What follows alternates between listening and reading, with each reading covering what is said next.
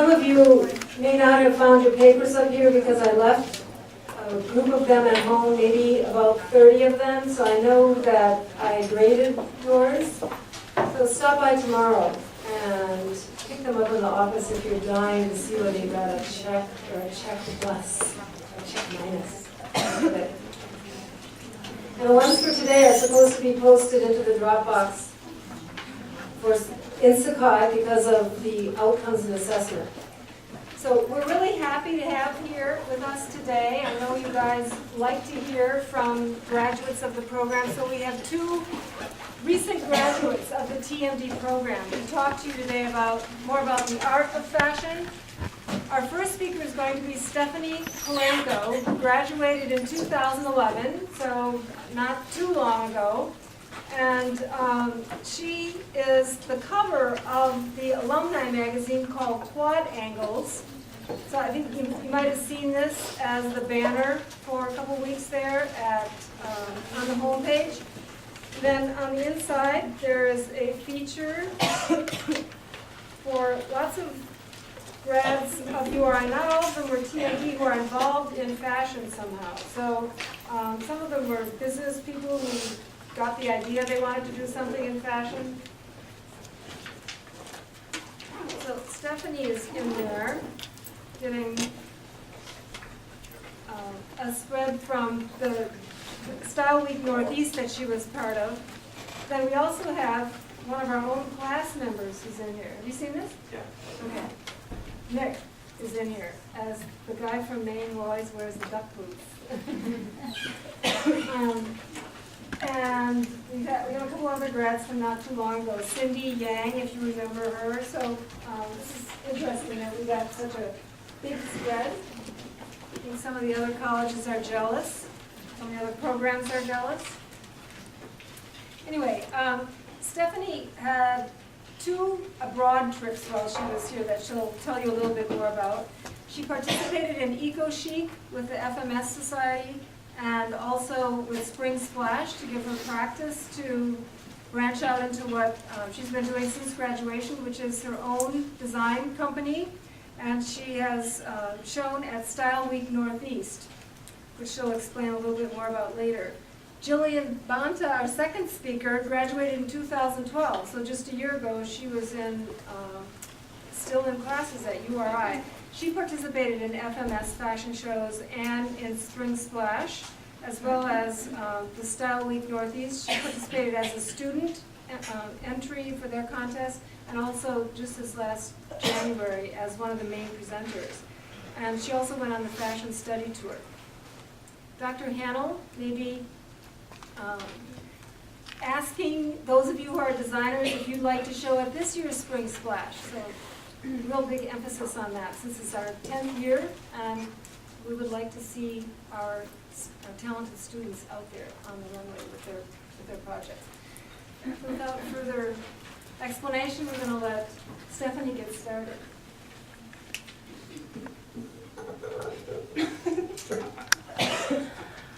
You guys hear me if I don't crouch over? It's good. My name's Stephanie. Dr. Walters introduced me. I graduated in May 2011 from the TMD department with a degree in TMD and a minor in art.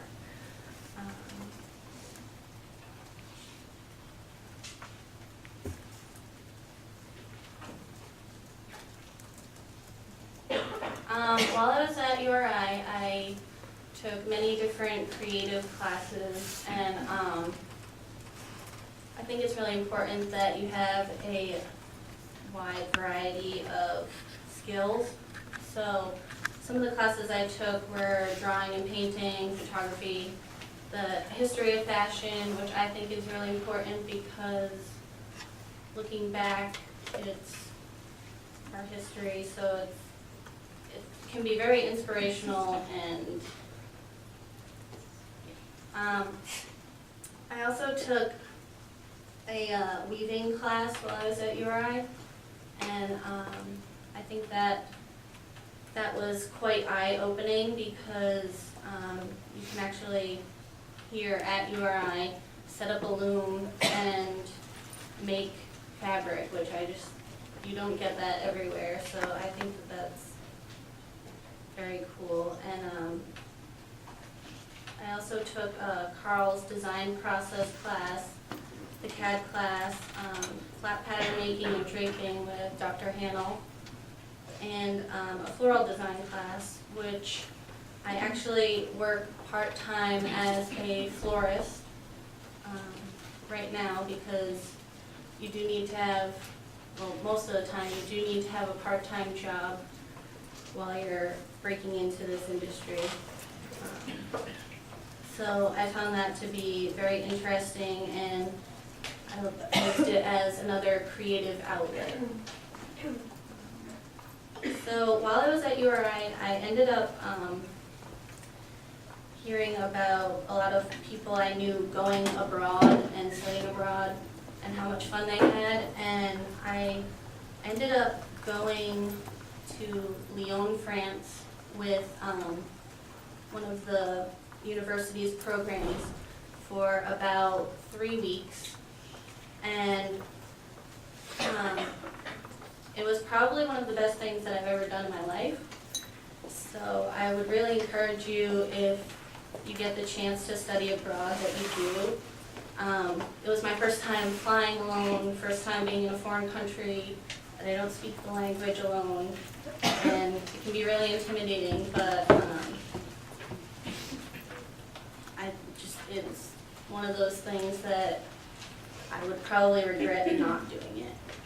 But while I was there in Lyon, they're known for their silk industry.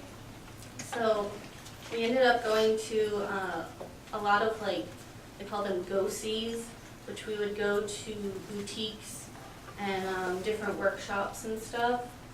And we could talk with the designers and the people in charge.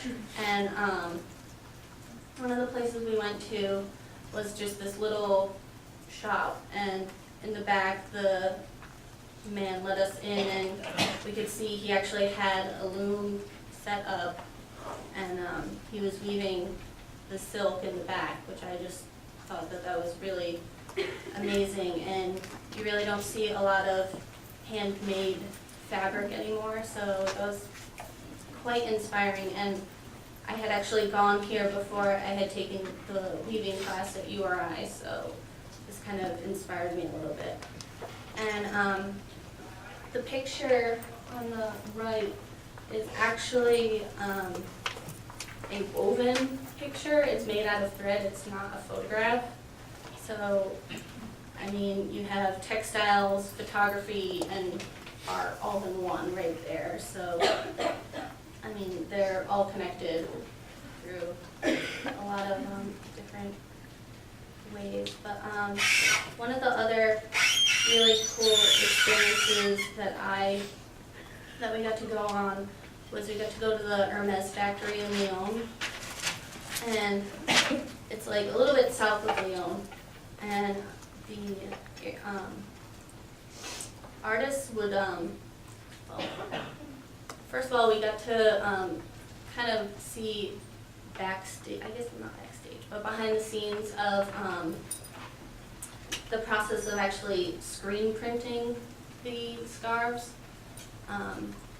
He kind of told us how their process works, how they have designers submit their art, and then they ultimately choose 10 designs per season, and they have their artists there in the factory that will hand sketch, like, meticulously around the design, and they're sketching it because they are trying to, like, figure out how many colors they're going to use, and there can be up to, I want to say he said maybe 48 is the maximum amount of colors they've used in one scarf.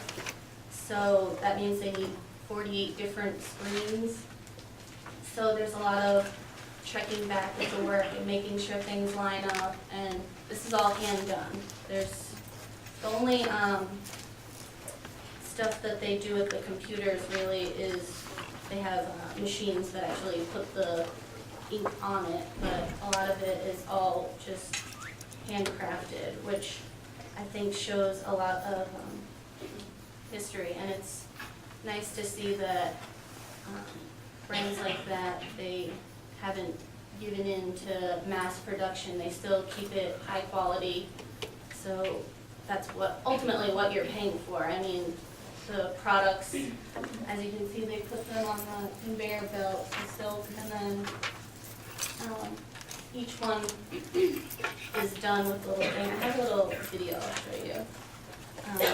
But each one, they have the screen will just go over and over, and I think they only get to do about like 12 runs per day. So it takes a long time to make even just one scarf.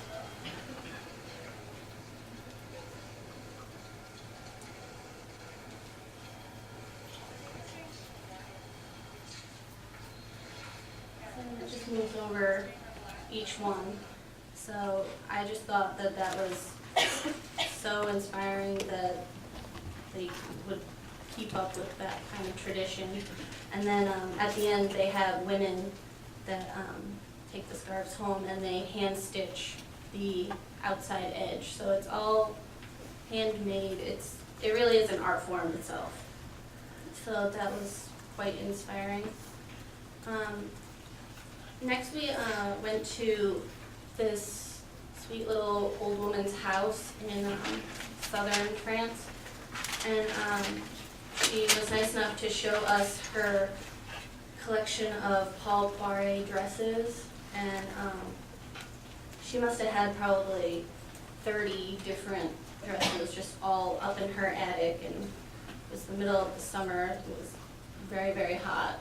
I don't know if it was safe for the dresses to be up in that kind of heat, but they were really, really beautiful. And Paul Poiret was alive through the Art Nouveau and Art Deco period. So through his work, you can really see the different changes that he had as the time progressed with the clothing. And they really are beautiful, and that was a great experience. So that was my time, that was just a little bit of my time over for the month-long experience in Lyon. I did end up going back on the winter study tour, and we got to go to a lot more different, I guess go-sees, I'll use that word. And we went to Liberty, which is one of the oldest and most historic and largest department stores in London. And it's I think it's about 4 stories tall. It's really quite an experience itself. If you were going to go there and shop one day, you would probably spend the entire day there. We only got to see just a little bit. But, they're also well known for their art and textile collaborations. They have a lot of artists that basically will make their design, and Liberty will come in and put their designs onto fabrics, all different types, and it's really cool. Once again, with the history, I think it was opened in 1875, so it's nice to see that these places can stand the test of time. And, just have some more pictures here. It really is a little bit overwhelming. They had a flower shop out front, which was really cute. We also next went to Zandra Rhodes. We got to meet her, I think he was like her assistant, head designer, Ben.